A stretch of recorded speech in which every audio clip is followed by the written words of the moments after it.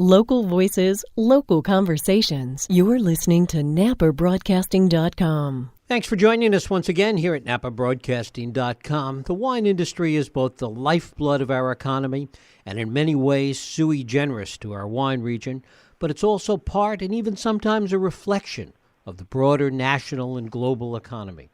How then is the premium wine business doing in this economy, and what might the business tell us about our local economy and about the global financial landscape?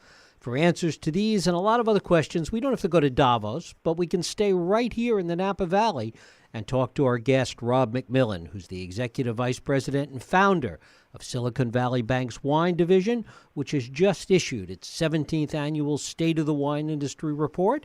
And it is my pleasure to welcome Rob McMillan here once again. Rob, thanks so much for being with us. Thanks, Jeff. It's good to be here. Thank you. It's good to have you here. As we look at this year's report, and it seems like these years come awfully quickly. There's hardly a gap between one to the next. Talk a little bit first about some of the immediate sort of top-of-the-line things that you're finding that might be a little different this time around. Well, I'd say for your Napa listening audience, the first thing that's different is the personal impact that the fires had on the report and me. I live right next to Pardrick Road, and so we experienced the fires firsthand. We got out of it okay, but just like the rest of the valley, everybody dealt with something, and the bank ended up being closed for a couple of weeks, and our Sonoma office actually was closed for quite some time, being right next to the Hilton Fountain Grove that burned to the ground. And that stopped us from doing our normal survey. We typically send a survey out in October, and that helps us look into, it's primary research that helps us look into what's going on in the business, and that was scheduled to go at October 12th. The fire started, I believe, the 9th. So that changed the way we did the survey this year, but we ended up, I think, coming together pretty well, and we got some pretty interesting information and came up with some I thought really good conclusions. So, but the top line conclusion is, I would say the industry is doing well, and that 2018 is going to be a good year for the industry.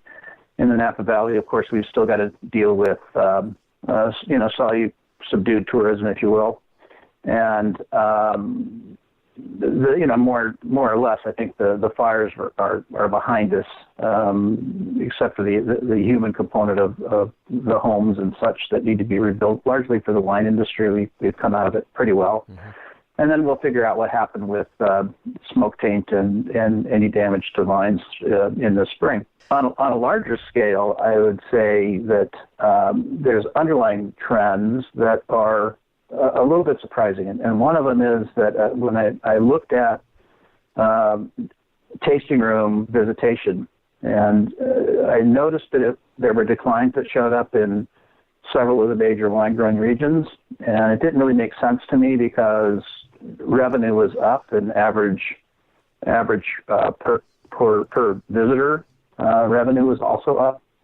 And so until I really saw this, as it's a fourth or a fifth year in a row of visitation decline, it became pretty clear to me that something was changing. And what that something is we have a rotation of consumers. It's part of it. The boomers are starting to roll off, and they're hitting retirement. They're living on fixed incomes, and the young consumers are coming up, and they're not quite able to replace those boomers on a one-for-one basis. And so it's causing some underlying changes. You mentioned tourism and the slight decline as a result of the fire. Is there any kind of a clear nexus between tourism in the wine industry and how the business overall is doing in terms of sales? Well, there's clearly a relationship, but the interesting thing about that, if you look at Napa and Sonoma, tourism is up in both counties. And as a matter of fact, prior to the fires, we had higher visitation.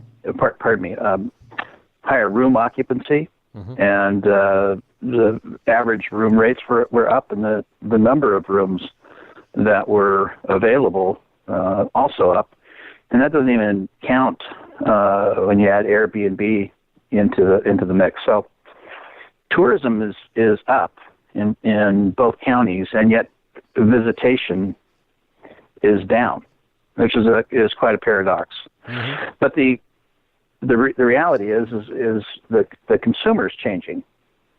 So if you go back, 20, 30, or 40 years ago, if you want, and you look at the behavior of somebody that would come up into the Napa Valley, they'd come up, with for a weekend or whatever, and they might go to a tasting room without tasting fees, and they would stop by, on the way up the road, they'd stop by one winery and they'd throw a case in their car, and they'd go to the next winery and they'd throw a case in their car, and they'd go, it was very, very programmatic in the way that they approach the business. It's wine tasting, wine buying. But today it doesn't work that way. There's a lot more wineries that are by appointment. So the consumer just doesn't wander up. They know exactly what they're going to do. They've planned it out. And largely for the older consumers, they've been there and they've done that. They know the wine business if they're wine lovers. They know where they want to go. And they're probably predisposed to buying already. For the younger consumer, however, they're just not going to buy. If you have, as an example, in the Napa Valley, the reserve tasting fees are on average $60. So, they always travel in fours, and if you have 4 people together, that's $240 for those reserve tasting fees. And the young consumer, they can't afford it. They're not going to pay it. So they're not going to go to your tasting room unless you have some other way to attract them. And to the extent they come up to the Napa Valley or the Sonoma Valleys, they're doing something besides that. They might be doing something outdoors. They might be going to the Blue Note or some other venue. They're certainly looking for some place where they can have, a nice dinner somewhere. So it's not just about the wine. It's not just about the winery anymore. It's not just about going to the tasting room. It's about an experience that encompasses the whole region. Mm-hmm. And what is the impact of the changes, and we've talked about this as these changes have been taking place in the past, the continuing change in distribution patterns for the wine business? Yeah, it's at this point, it's I guess it's a foregone conclusion that the large distribution that used to be there for the wineries, back in the 80s, let's say, and before that, has vanished. And as they've gone through consolidation in order to service nationwide accounts, they naturally have made the rational decision that they can't handle all these little accounts. And it makes sense. If you have a business and you're trying to be efficient, at a point you can't take on the very smallest part of your business. That's probably the part that's not making you the most money. So you just go up, you just scale up, and you move up scale, I should say, and you find those parts of the business that are making money, and that's what you stick to. So I think the distributors are making rational choices. The thing that the wine industry is blessed with is that we had the Granholm law passed, and I think it was 2008, which allowed direct shipping to consumers. Prior to that, we really didn't have that. We had 13 reciprocal states that we could ship to, but largely the rest of the United States was off limits to buy. It was in many cases it was a felony. You could carry a concealed weapon in some states, but not have a bottle of wine shipped to you. So today that's it's not quite normalized or sensible even, but it's at least possible. Mm-hmm. And talk about the impact that online sales and direct sales through online are having, particularly with millennial consumers. Yeah, it's at the end of, this is part of the end of my speech right now, is when I look at the wine business, we've gone through a period of time since let's call it 2008, post-recession, where everybody figured out that we need to go direct to consumer. We couldn't go through distribution. And everybody figured out that they need a tasting room manager. They need somebody else to manage a different skill set in the club. And today, now we're up to the point where the average winery in Napa sells 60% of their wine direct to consumer. And the math of that is we have visitors that come in. We convert 8% of those to wine club. We keep them for an average of 30 months. And then whatever that math is, that is the average value or the lifetime value of that consumer. And then you redo it. And the problem with that model is as you start to press the edge of the sales you are selling direct, you're also burdening yourself with very high overhead costs, both in terms of salary and the tasting room itself. These are not inexpensive buildings. And then you got to find more and more consumers, and the competition for those consumers increases. So we're kind of at this point where we've done a really good job going direct, but when you look at online sales in particular, online sales are only 3 or 4% of average wineries' revenue. So online sales are actually quite small, and yet, to your question, the younger consumer in particular demands a shopping experience that's more varied. They may want to come up. Hopefully they do because they'll get a better experience. But at a point, they actually just want the convenience of going online. And right now, that's a place that we're missing the boat. And as these trends continue that you've been talking about, what impact is that having on pricing in terms of the business?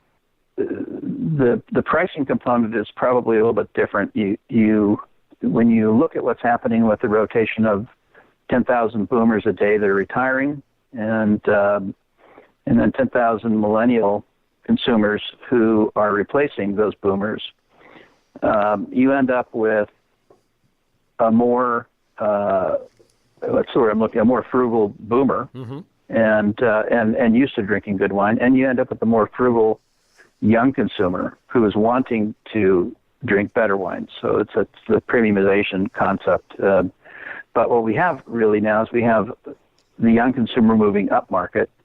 We have the younger consumer moving down market. But both consumers are going to be frugal, and both are totally aware of what good wine is. So they're going to be looking for premium wine that's of value. And so when you look at right now, and you look at what's happening with pricing in the market across all the SKUs, there's virtually no price increases that are able to be passed on to the consumer. I'm going to make this up, but it's good for just directional, because I don't remember the exact number, but I just saw this report the other day about the number of wineries that raised, the number of wine SKUs that raised prices in this last year. And I'm going to just say it was the top 100, and out of that top 100, it was 4.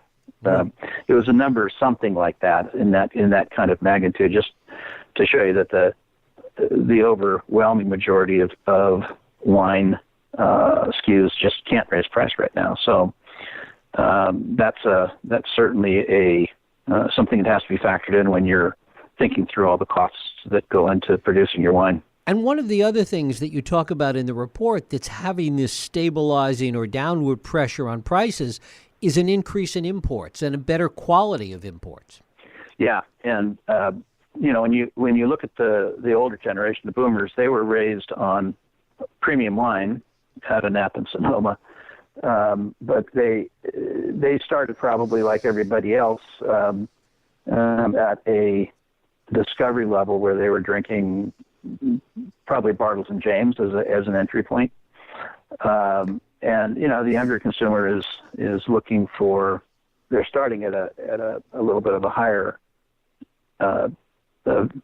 desire, if you will. They want a better quality product, and when it comes to the values that are out there, you have you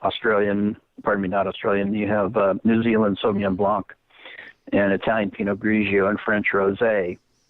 Those are all wines that kind of sell from the $8.99 to $14 price point, and the young consumer in particular skews pretty heavily toward those lower premium price points, and those are good wines, and that's what we're teaching our youngest consumers to drink are these foreign wines, compared to the boomers who, we started with wine that was produced in California, but in the Central Valley and more simple wines, if you will, and then we've just grown up with the premium wine in the North Coast.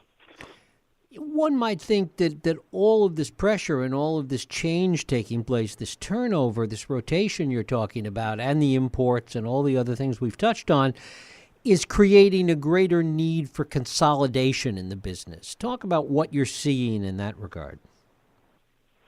Well, I guess it depends how you look at consolidation, because consolidation is a sign of health in an industry, because that means that you have buyers. If you didn't have anything that was for sale, you'd start to wonder, and price would drop, obviously. Today we see some level of consolidation in terms of wineries who are looking to add certain SKUs. Let's call it mid-scale wineries that are adding certain SKUs, and large ones as well. But consolidation as a rule isn't happening from the standpoint of the number of brands and SKUs that are out there. The numbers of brands and SKUs are still growing, not shrinking. And the largest wineries now, I think it's the top the top 26 represent 80% of wine shipments now. So, that part is already pretty consolidated in that top component. That the rest of it is, you look at the other effectively 9,900 brands that are out there, and they got they only get that 20% that's left, and that really doesn't. It's interesting that doesn't force consolidation at all. As a matter of fact, it's probably the reason all those brands exist is because people desire to have that difference, and there's difference in region, and there's difference in varietal, difference in type, and it's the artistic component of it. I think there's something earthy in beauty, and there's beauty in an agricultural product, and the simplicity of that and understanding it. But even in a premium way, wine is a very strange product, and I'm not sure I can really understand exactly why it is what it is, because it's not Coke or Pepsi. Right. Do you see a decrease given all of this and given a leveling off of sales, a decrease in the number of new winery startups that we might be seeing? Well, it's certainly more difficult in the North Coast. Napa's more or less planted out at this point in the major areas. It's very difficult to get a wine permit these days in the Napa County, and finding exceptional land to plant on is equally difficult. Planting in the hills requires years of effort, and you have to go through environmental impact reports. Right. It's just so you're not going to see a lot of growth from that standpoint. More likely, you're going to find somebody just ready to sell their wine, and somebody with a fair amount of money willing to buy that winery. That would be a way a new person might enter the market. New brands are in Napa and Sonoma that are estates. Those are kind of hard to come by. You can always start a brand though without an estate, just your custom crush. What's happening right now is the growth opportunity is actually up in Oregon and Washington with right now Oregon in particular is growing about 17. They grew about 17% last year.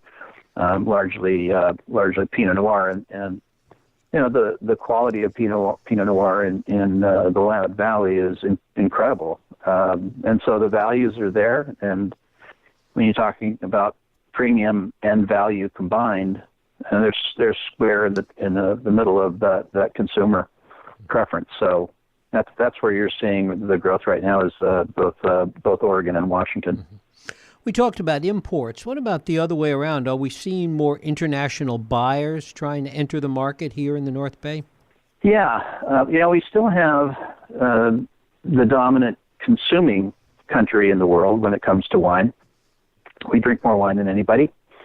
And, that puts a bit of a target on our back for other countries.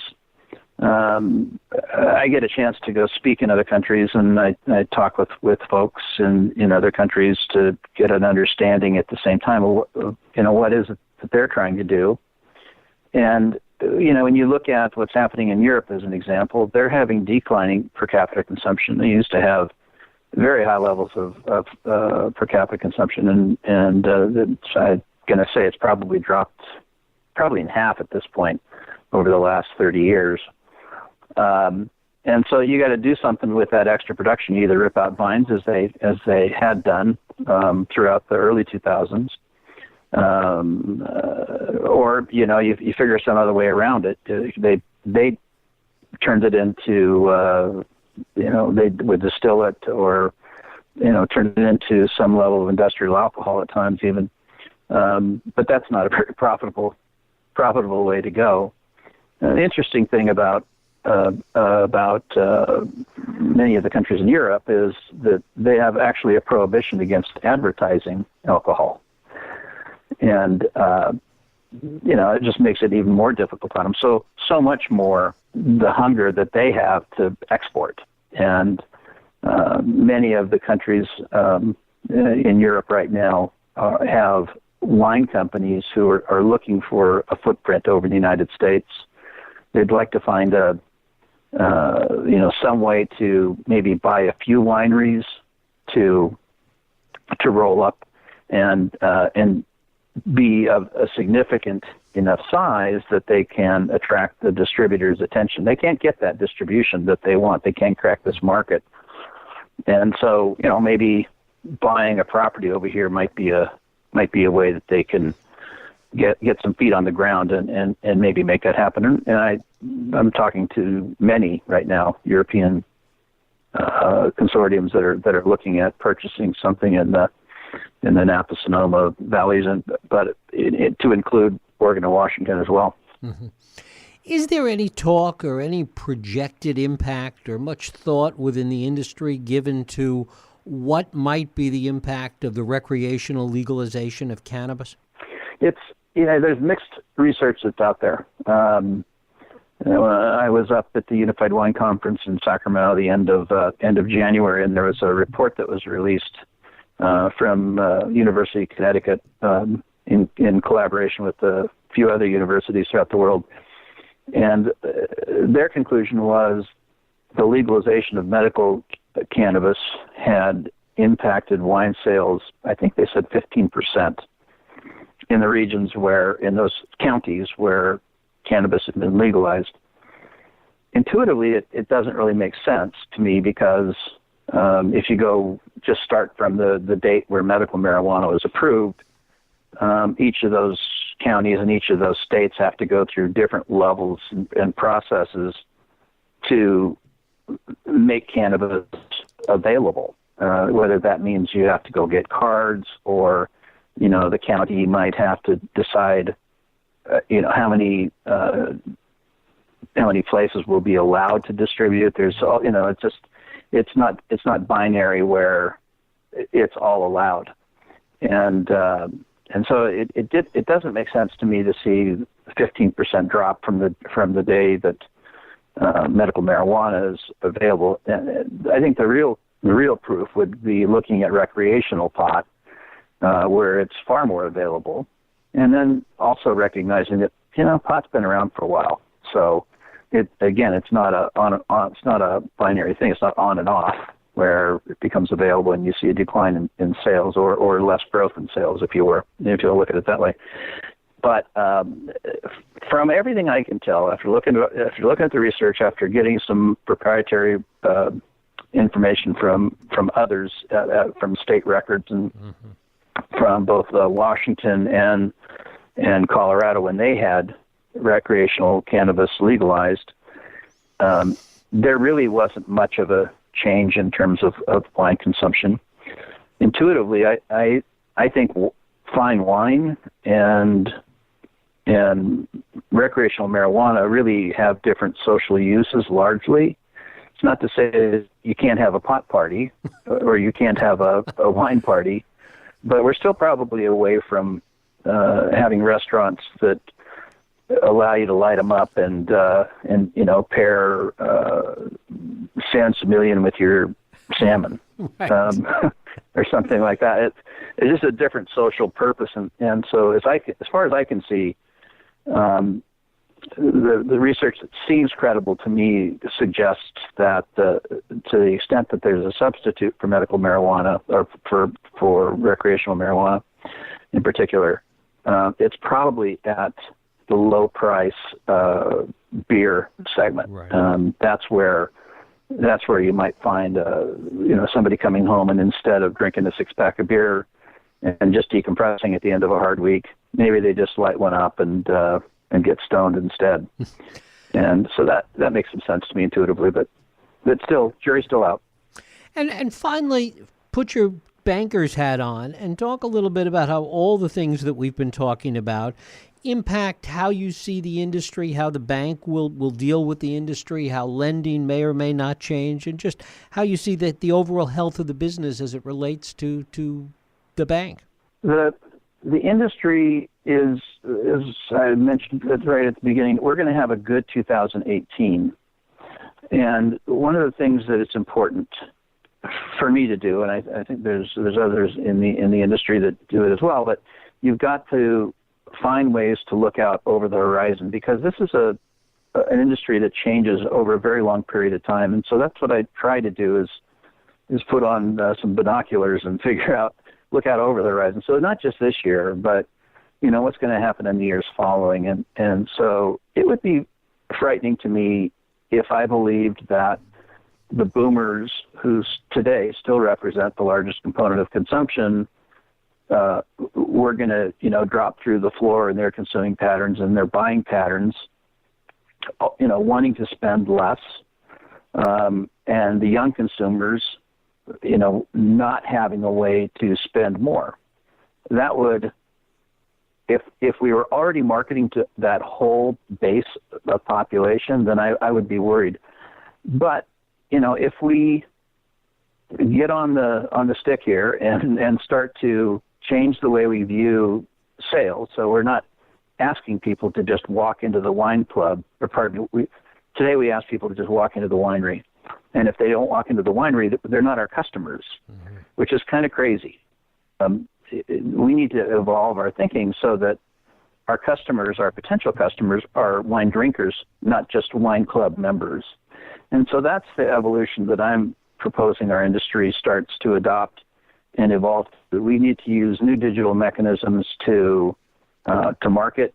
It's some of the stuff that's happening in retail and has been happening for a while, but we're a little bit late adopters. But using retargeting, Google Analytics, big data, and employing those retail strategies so that we can maybe increase the amount of online sales, and we'll have to change the way some of our consumers are experiencing wine, because they're still looking for an experience.